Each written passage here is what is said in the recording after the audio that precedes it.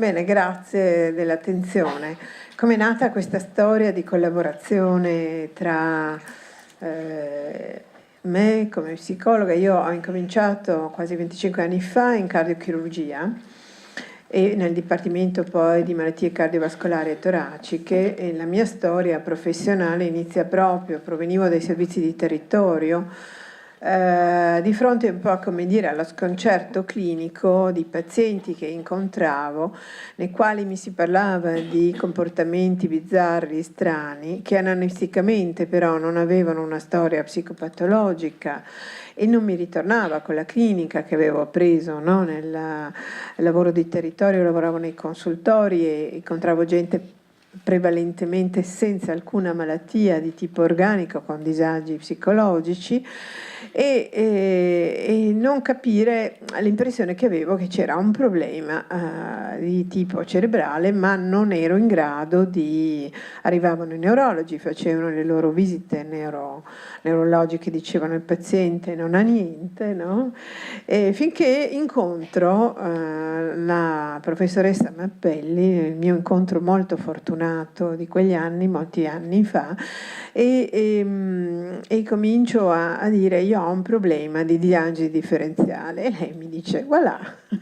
Tornava dagli Stati Uniti, aveva lavorato proprio su trapianti di fegato e problemi neuropsicologici, faceva la consulente in ospedale, e abbiamo incominciato questa storia di collaborazione che è stata importantissima anche nel rapporto con i medici, perché grazie a questo lavoro eravamo in grado di poter fare diagnosi differenziali e dire se un paziente aveva un problema psicopatologico o invece da afferire a problematiche di tipo neurologico, neurocognitivo, e che spesso non potevano essere poi tra l'altro rilevate. All'epoca non era comune fare neuroimaging cerebrali, e poi è diventato ancora più complicato perché i nostri pazienti cardiaci spesso hanno i cosiddetti defibrillatori e non è incompatibile, almeno quella generazione di defibrillatori è incompatibile con le risonanze magnetiche, quindi una complessità diagnostica, no? che molte volte ci fa riflettere e discutere, e la valutazione neuropsicologica è diventata veramente fondamentale, è stata inserita di routine in tutti i pazienti candidati a trapianto di cuore, e viene fatta anche in altri. Io adesso dirigo tutta l'area psicologica dell'ospedale, quindi anche trapianti di polmone, reni, mi sono sempre occupata anche di quelli di polmone e così via. Bene, scusate che ora incominciamo a parlare, e quindi siamo arrivati poi a questi risultati di integrazione straordinaria. Credo che la neuropsicologia anche sia un grande ponte con la medicina, e così ci ha permesso di capire con i... Allora, io credo che l'area cardiovascolare toracica sia sempre stata molto molto attenta alle questioni psicologiche. Nella letteratura medica la più grande produzione di lavori di psicologia e medicina sono nell'area cardiovascolare e nell'area oncologica, questo a livello internazionale. Chiaramente la questione cardiaca muove moltissime cose, molte attenzioni in tutti noi, perché di per sé la parola cuore ha in sé, guardiamo anche l'etimologia della parola, risaliamo fino all'antica Mesopotamia, diventa organo interno, intelligenza, animo, amore, che ce la dice lunga, no? Su tutto quello che un po' sono le associazioni e gli sviluppi poi sul cuore. In realtà noi partiamo già dagli anni 50 con tantissimi studi sui pazienti con problemi, diciamo, psicologici, con infarti, e tanto è vero che si ipotizzò addirittura una personalità di tipo A che predisponeva la gente a fare gli infarti. Vi sto un attimo mostrando così un po' qual è il panorama psicologico di questi pazienti che arrivano poi anche a un trapianto cardiaco. Si è lavorato moltissimo anche su questioni di depressione e disturbi post-traumatici e cardiopatie, si è lavorato moltissimo sugli eventi che facilitano, come dire, gli infarti dal punto di vista psicosociale, quali traumi, lutti, E anche questa è una nuova linea di ricerca molto bella, che è quella che le esperienze infantili provocano delle alterazioni come dire proprio somatiche, che favoriscono l'ammalarsi in età adulta di malattie cardiovascolari, e ovviamente poi tutto il resto che riguarda le famiglie che hanno questo tipo di pazienti. Guardate un po' il profilo della personalità di tipo A, non ve lo leggo perché poi ci ritorniamo su. È un profilo che poi è stato messo in discussione, in realtà adesso si dice solo l'ostilità, un aspetto che favorisce questo tipo di aspetto, diciamo, di relazione tra malattia e coronaropatia. Però guardate un po', vi faccio vedere una cosa molto interessante che è, togliamo sta roba, oddio è saltata, la tecnologia con me non funziona stamattina, tac, dai, vai, qua, togliamo, tac. Questi sono i tratti di una sindrome frontale. Bene, guardate un po' che interessante che è questa cosa, in cui in realtà se noi guardiamo la sindrome, il comportamento di tipo A e una sindrome frontale, ci sono molte cose vicine. E la mia ipotesi che in realtà i nostri così ricercatori degli anni 50 e 60, guardando pazienti che avevano fatto l'infarto, in realtà andavano a rilevare comportamenti che avevano a che fare molto spesso con gli esiti dell'infarto stesso, cioè dei danni di tipo frontale. È una bella ipotesi con la quale, come dire, è un mio sogno di ricerca questo ancora, perché sono anni che...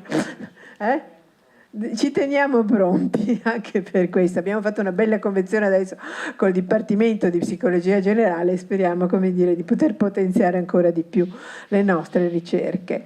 Sicuramente un altro elemento interessante è stato quello della depressione come elemento che favorisce 3 volte di più la morte dopo il primo infarto nei pazienti. C'è stata tantissima ricerca e qui viene fuori un'altra cosa interessante, che a questo punto abbiamo avuto 10-15 anni di terapie antidepressive ai pazienti che avevano fatto l'infarto subito dopo l'infarto per ridurre il rischio, oltre che il malessere, ridurre il rischio di morte, e non ha dato nessun risultato scientifico, proprio non ha funzionato. Come mai? Altra mia ipotesi personale, la dottoressa professoressa Mappelli la tormento spesso con queste cose, è che in realtà molti di questi pazienti hanno delle vere e proprie atonie e non depressione, c'è un problema di diagnosi anche qui differenziale, e in realtà non è una depressione in senso stretto, ma è qualcos'altro che ha a che fare con le frontralizzazioni. E quindi altro elemento interessante è quello che moltissimi di questi pazienti hanno passato dei gran brutti periodi prima di fare un infarto a vari livelli, e soprattutto i lutti, per esempio, sono un elemento molto forte, molto presente, ma anche delle belle separazioni di quelle conflittuali, e con la crisi economica abbiamo visto veramente delle falcidie in questo senso, perché c'è stato veramente un enorme numero di pazienti con gravi problemi di sopravvivenza anche rispetto al lavoro ed economica che si sono ammalati.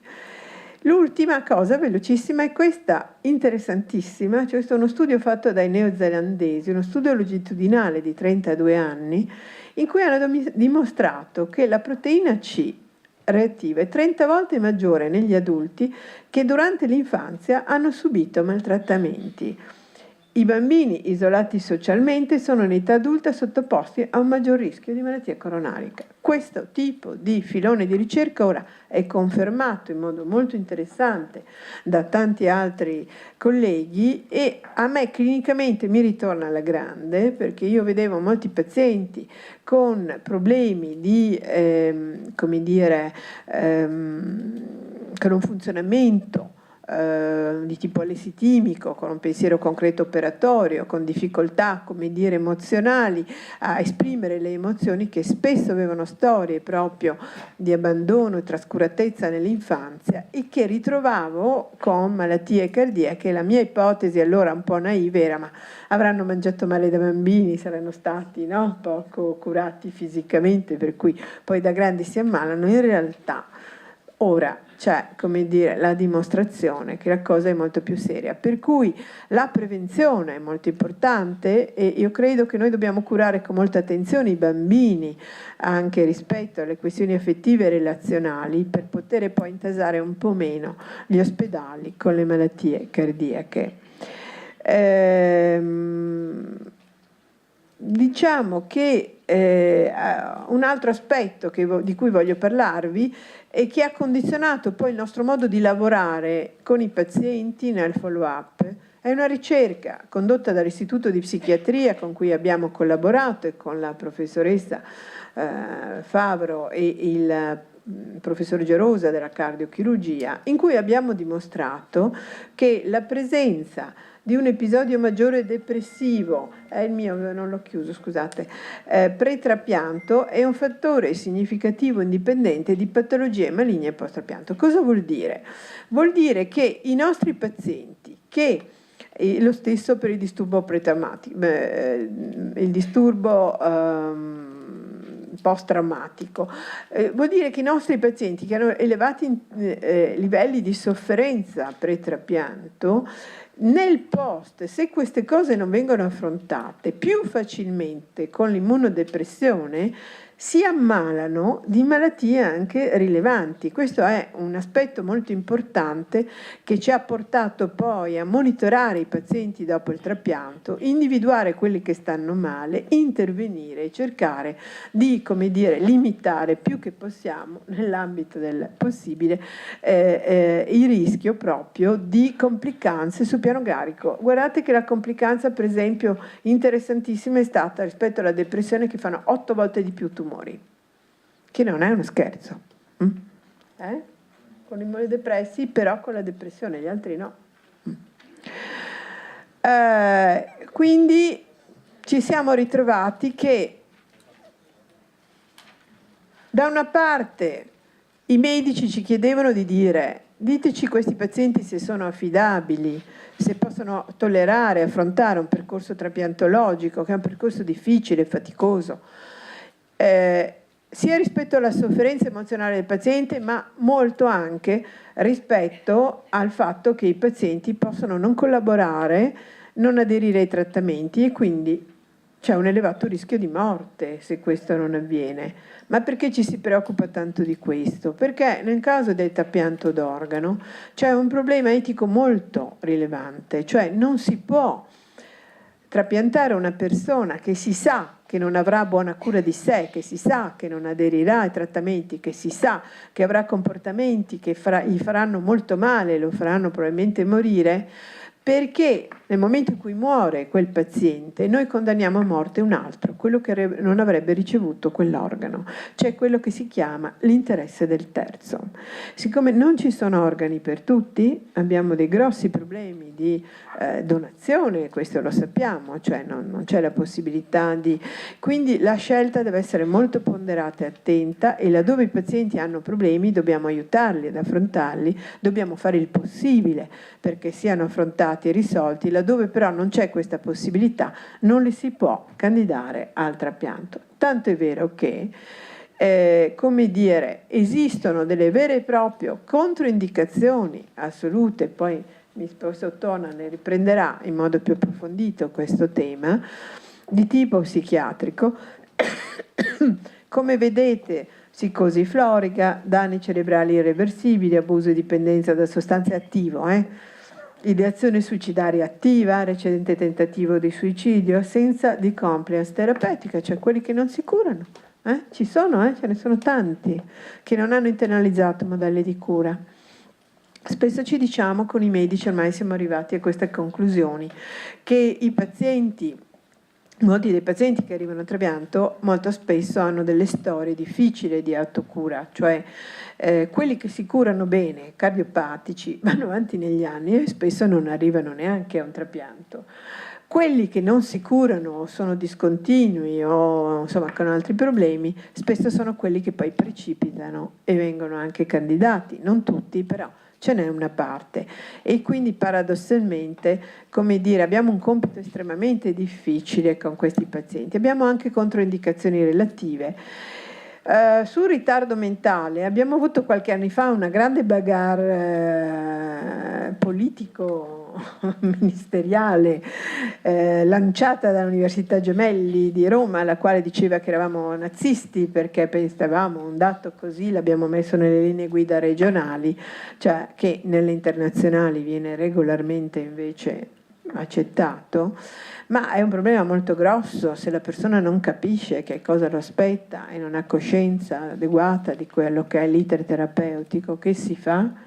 In realtà l'esperienza e la clinica ci hanno insegnato moltissimo in questi anni e abbiamo avuto pazienti con psicosi che, come dire, rilevanti, anche schizofrenia, che ce l'hanno fatta perché poi erano ben curati, compensati, c'era un'ottima famiglia che li ha accompagnati nel tempo, idem con persone con deficit cognitivi che però erano ben compensati e c'era un'ottima famiglia alle spalle, e quindi abbiamo imparato, come dire, che ogni caso va valutato con molta attenzione, ma soprattutto che uno degli indici prognostici più importanti, e questo la letteratura lo dimostra, nel successo di una cura complessa come un trapianto d'organo è la famiglia, cioè possibilità che il paziente abbia una rete familiare attiva, compliante, partecipativa e che si assuma un ruolo proprio importante nel percorso. Noi sappiamo già ormai per esperienza che quando c'è anche le difficoltà che ci possono essere affrontate in un altro modo. Come quindi lavoriamo con questi pazienti? Beh, nella fase pre noi cerchiamo di capire come vivono la malattia, il tipo di comprensione del processo patologico, che cosa sanno del trapianto, cosa si immaginano, cosa pensano, fino a che punto hanno voglia di farlo o no, perché a volte ci sono anche situazioni in cui non ne vogliono sapere, c'è una grande forzatura da parte di familiari o conoscenti, il paziente ha molte difficoltà a tollerare l'idea. Se hanno una storia di collaborazione con il sistema curante o no, e lo stile di vita. Il sistema di supporto sociale come funziona?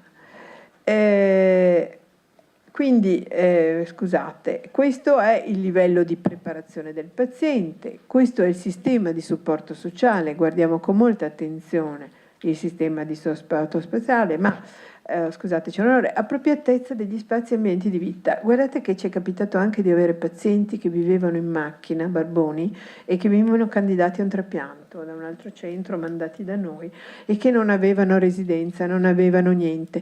Ora, l'immunosoppressione implica che devi vivere in una condizione igienico-sanitaria adeguata, non puoi vivere cioè senza un bagno, eccetera.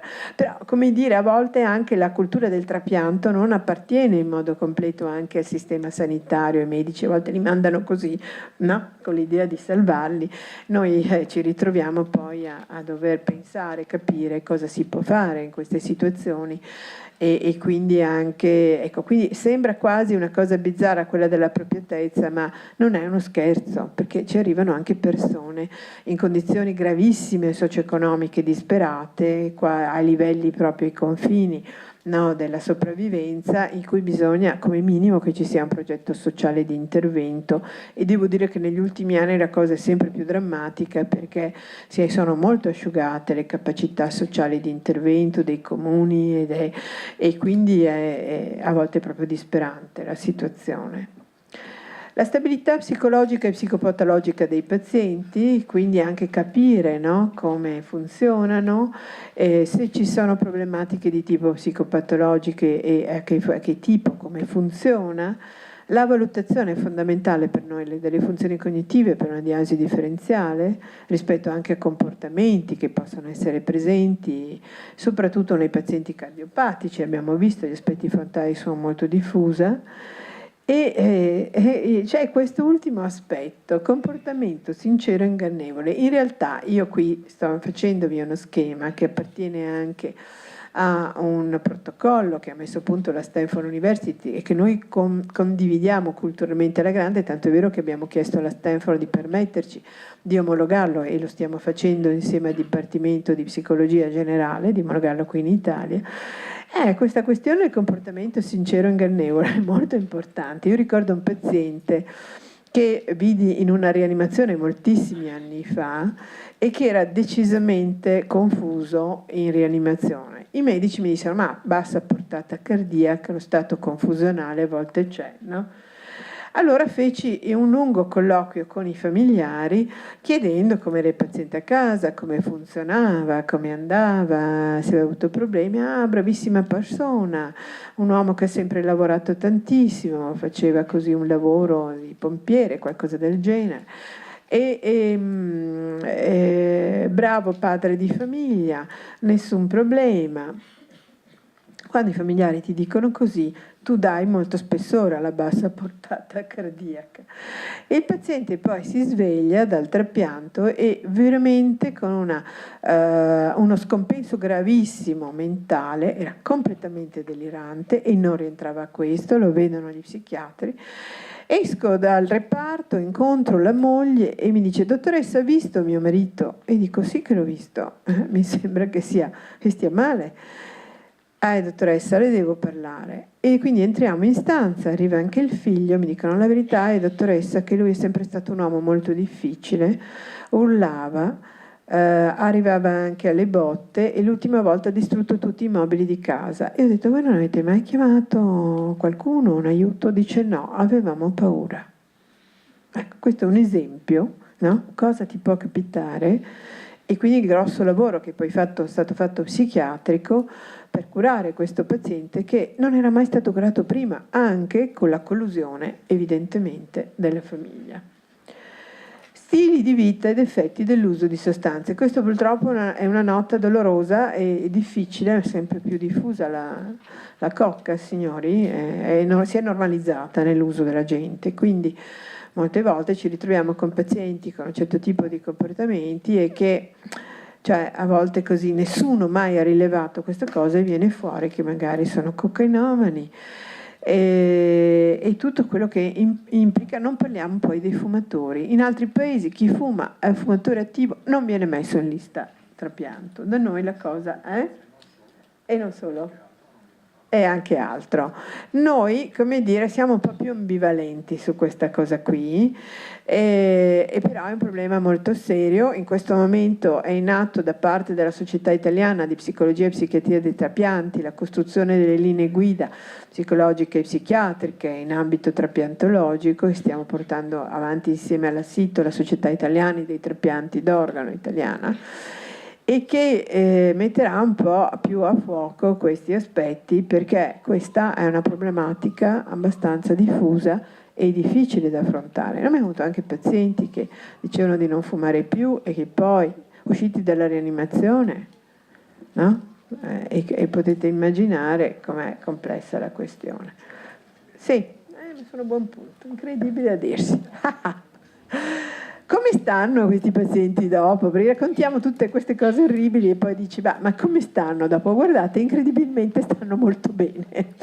Cioè, in realtà, e soprattutto nel trapianto di cuore, che ha una bella lunga vita davanti per sempre più, perché nei primi anni che vedevo i pazienti, all'epoca si diceva che non avrebbero vissuto più di 5 anni, adesso abbiamo pazienti che vanno dai 20 ai 30 anni di vita, quindi c'è un'aspettativa di vita sempre maggiore, minimo sono 15 anni, insomma, che saliamo, e più passano gli anni più aumenta la qualità, più che la qualità, la lunghezza della vita, legata anche al miglioramento delle terapie, legata anche al miglioramento in cui li si porta a trapianto prima, cioè ci sono tanti fattori, ma questo lascio a professor Tona un po' queste riflessioni, e sicuramente questi pazienti stanno piuttosto bene, non solo, ma stanno meglio dei loro coetanei che non hanno avuto un trapianto. Questa è una bella diapositiva fatta qualche anno fa, abbiamo fatto una ricerca, noi raccogliamo regolarmente la qualità di vita dei pazienti nel nostro follow-up. Questo dato aspetta sempre i colleghi del Dipartimento per una bella ricerca, che adesso abbiamo veramente una quantità di dati enorme, E per esempio, come vedete, la linea gialla riguarda i pazienti italiani della stessa età, insomma il campione nostro, e in realtà i nostri rispetto a loro addirittura stanno meglio su certe aree, no? E in generale, questo è fatto su tutti i 20 anni.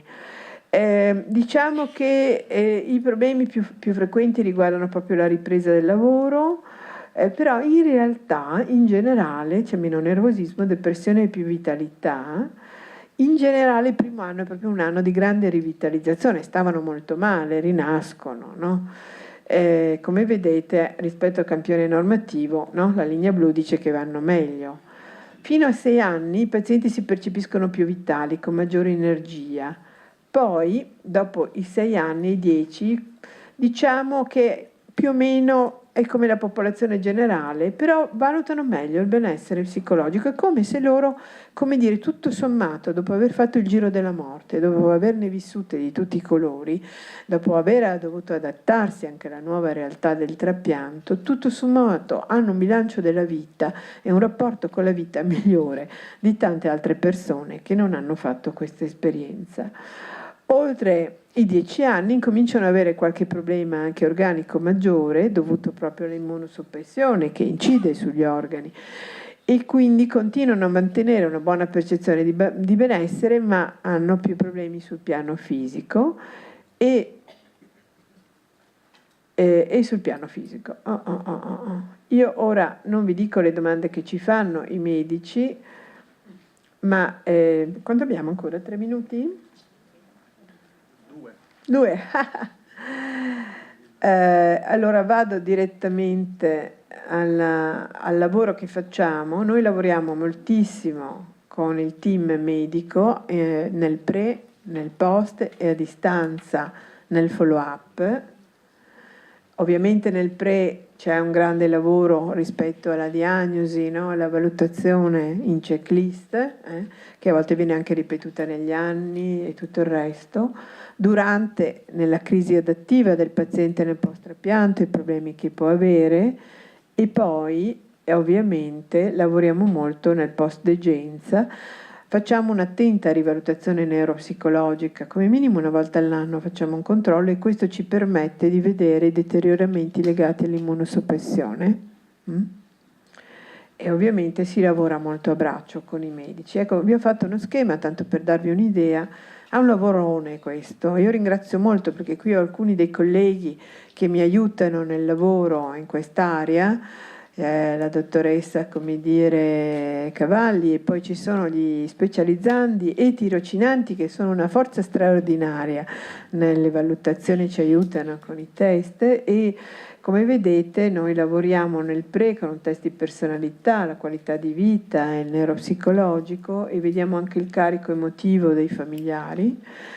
C'è il supporto nel post operatorio e nel post con prima a 1 mese dal trapianto, poi a 6 mesi, poi a 1 anno e poi ogni anno facciamo una valutazione di qualità di vita, usiamo l'SCL90 per vedere la sintomatologia psicologica e poi la valutazione ovviamente neurocognitiva.